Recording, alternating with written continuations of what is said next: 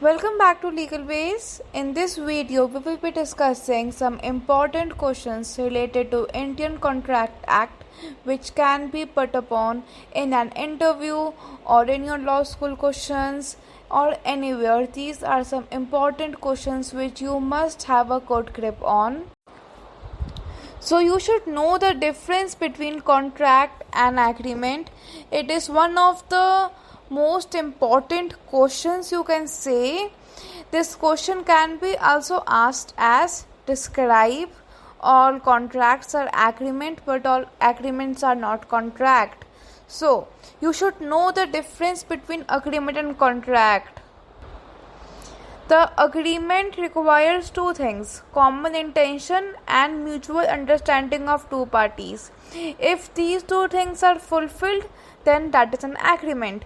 Whereas in a contract, there are few more elements which are needed to be fulfilled, and the most important one is a contract is a legally binding agreement. When you are abided by the law, then it is a contract, but when there is no legal obligation, no legal binding, then it is an agreement. So this is one of the most important question. So the other question that can be put upon is the doctrine of frustration. Doctrine of frustration means when a contract has been made but possibility of performance of the contract has become next to impossible. It is not possible to perform the contract, and because of this impossibility, contract is not happening. So the doctrine of frustration applies here as the contract is not getting fulfilled.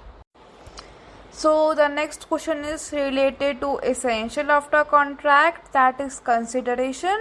Consideration is one of the essential ingredient of a contract. Consideration means something in return. When a party is entering into a contract, it is their right to get something in return. That means consideration. As if one person is buying a property and there is a contract between two parties, then the other person should receive the payment of that property. The payment given for that property shall mean the consideration. So what is novation? Novation means replacement of one of the parties that is in contract. When there is replacement of party done in a contract, that means novation has been done.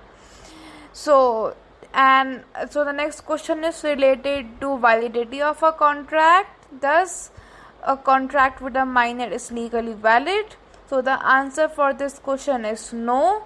A contract with a minor is not valid. It is an essential feature of a contract that the party should not be minor. You should know what is unliquidated damages and what is liquidated damages. Liquidated damages are those damages which is provided as a remedy which is pre-decided, and unliquidated damages are those damages which at the breach of contract is given and the amount which is given is not pre-agreed.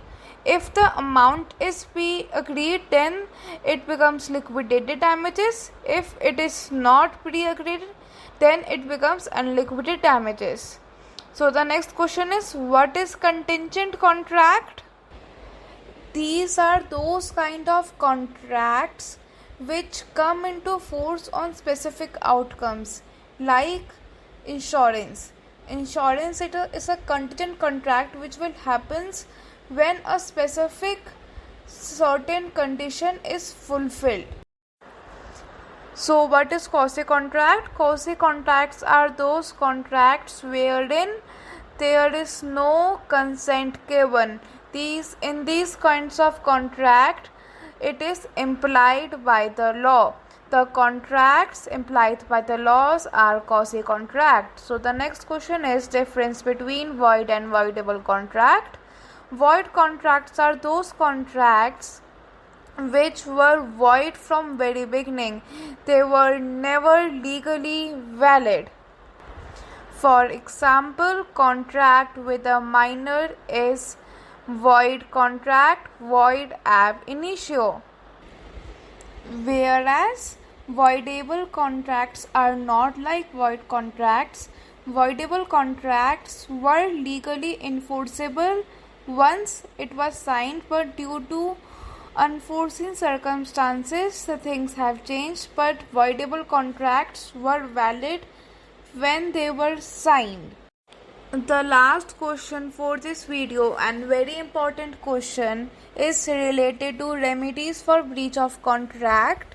There are many remedies available. We will be discussing some important remedies.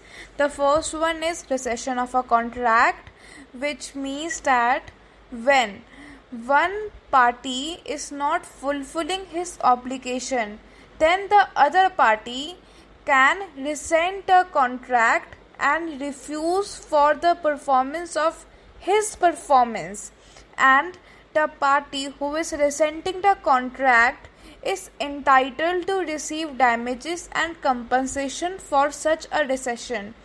In such a case, rescission of a contract remedy is available.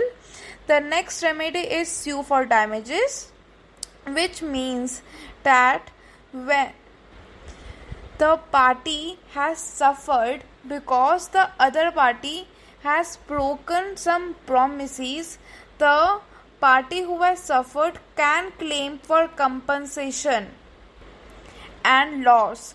The damages may include some liquidated damages and unliquidated damages, which we have discussed earlier in this video. The next one is sue for specific performance. In this, the court insists the party to carry out the agreement and carry his duty. The party is forced to do performance. Herein, performance is granted instead of damages. So that's it for this video. In this video, we have covered all the important questions related to Indian Contract Act. Apart from this, you should know in which section contract is defined and what are the essential ingredients of contract as per Indian Contract Act. As there are many essentials provided in the act, you should remember all the essentials, as for example consideration, sound mind. You should remember these on your tips. That's it. Thank you.